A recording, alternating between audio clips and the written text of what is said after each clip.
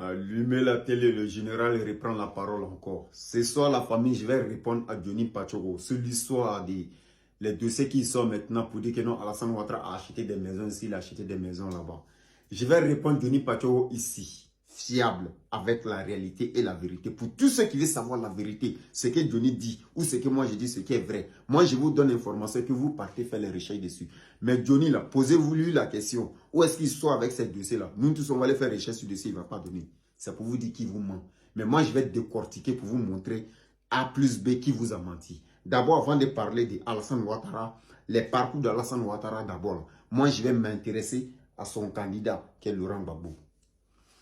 Laurent Gbagbo qui est là, avant de devenir président Côte d'Ivoire, il était quoi? Il était un professeur d'histoire en université. Allez-y, faites vos recherches dessus et venez trancher dans les commentaires. Maintenant, je vous pose la question. Dans vos recherches là, allez-y rechercher un professeur d'histoire aux années 80. Est-ce qu'il pouvait prendre 1 million par mois? Donc, ce qui veut dire que Gbagbo, avant de s'intéresser à la politique, il n'était pas riche. Il n'avait rien. Lorsque Laurent Gbagbo a décidé de s'intéresser à la politique, il a décidé d'être opposant contre Houphouët-Boigny. C'est là où Houphouët, il a pro. Il a faré, il allait se cacher en France. Il est parti en asile. Lorsqu'il est parti en asile là-bas, il est revenu encore. Avec la force, avec l'histoire. Houphouët volait. Pendant ce temps, les gens étaient partout derrière Houphouët. Deux disaient que Houphouët tuait des opposants. Houphouët avait beaucoup d'ennemis. Donc les ennemis d'Houphouët qui voulaient vraiment la mort d'Houphouët, c'est eux qui ont financé Laurent Gbagbo. Personne ne peut démentir ici. Pendant ce temps, les Burkinabés étaient contre la Côte d'Ivoire, contre Houphouët, soit disant que c'est Houphouët qui a financé la mort de Thomas Sankara. Donc, les milliardaires, les personnes cachées un peu partout, les vrais ennemis d'Houphouët, c'est eux qui ont financé Gbagbo d'abord. Premier financement de Laurent Gbagbo pour s'intéresser à la politique, ce sont eux. Il n'y a pas dit seulement les... Laurent Gbagbo, lorsqu'il est quitté en France, qu'il a eu les vrais financiers pour les financer contre Houphouët. Et ceux qui ont financé contre Houphouët, ceux qui ont financé Gbagbo contre Houphouët, ils n'aimaient pas seulement que Gbagbo, mais eux tous, ils voulaient le départ d'Houphouët-Boigny. Soit disant que tous ces opposants fiables, ceux qui étaient prêts à l'affronter, mouraient mystiquement. C'est là, Laurent Gbagbo est venu avec la musique. Houphouët volait pour tromper nous, nos grands-parents. Les papas qui ont 50 ans savent de quoi je parle. Les mamans qui ont plus de 50 ans savent de quoi je parle. Et c'est là que Gbagbo a commencé à voir maintenant la force. Et toutes les personnes, les papas de 50 ans d'aujourd'hui, ils avaient 20 ans à cette époque. Donc, ils étaient jeunes.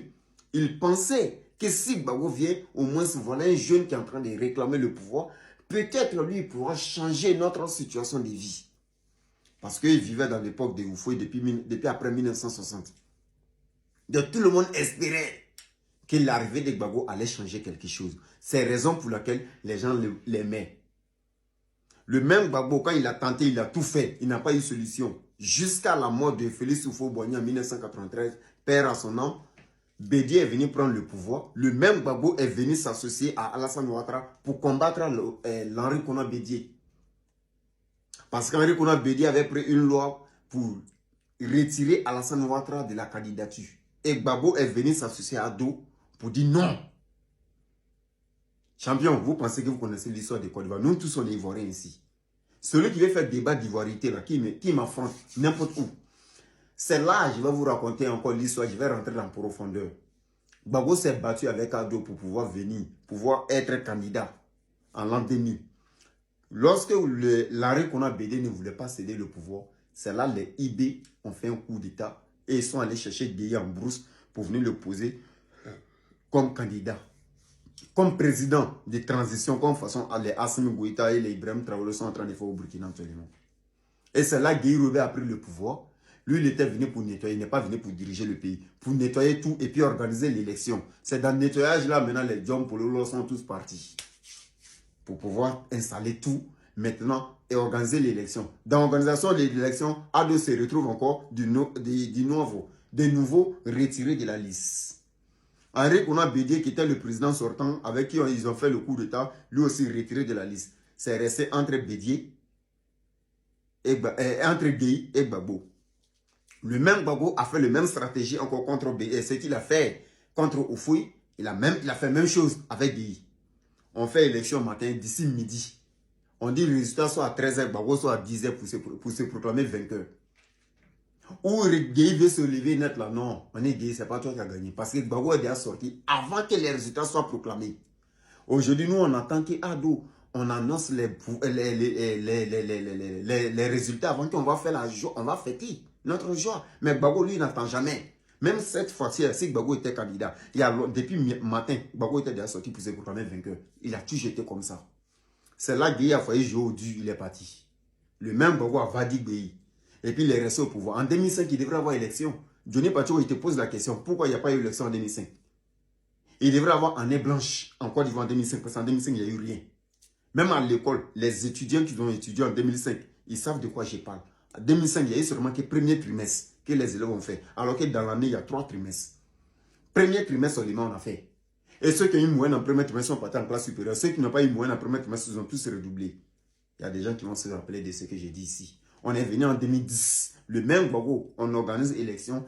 Ado être candidat. On fait l'élection. Le nom complet annulé. Le nom complet. Les Frères Séguédou, les Séguéla, les Kourogo, les Bouaké, les Bundiali, tout annulé. Seulement centre, sud, est. Où seulement lui, Bédier et les autres sont aimés. Comme les Gbagbo se sont associés sur nous, malgré ça, Gbagbo n'a pas gagné encore. Et il se proclame vainqueur. Il dit, il ne laisse pas le pouvoir. Jusqu'à ce qu'il y ait eu l'histoire de 3000 morts. Et les 3000 morts, je vais vous donner les détails, les dossiers sur ça. Comment les mercenaires qui ont fait les 3000 morts, qui a tué ces 3000 morts, la prochaine fois, il vient avec ce dossier.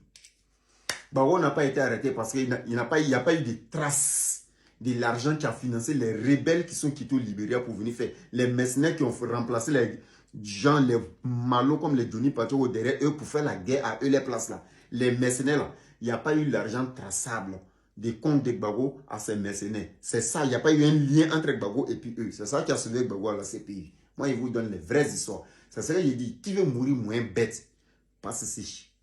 Chaque soir, prends tes infos. Tu sauras si je dis vrai ou faux.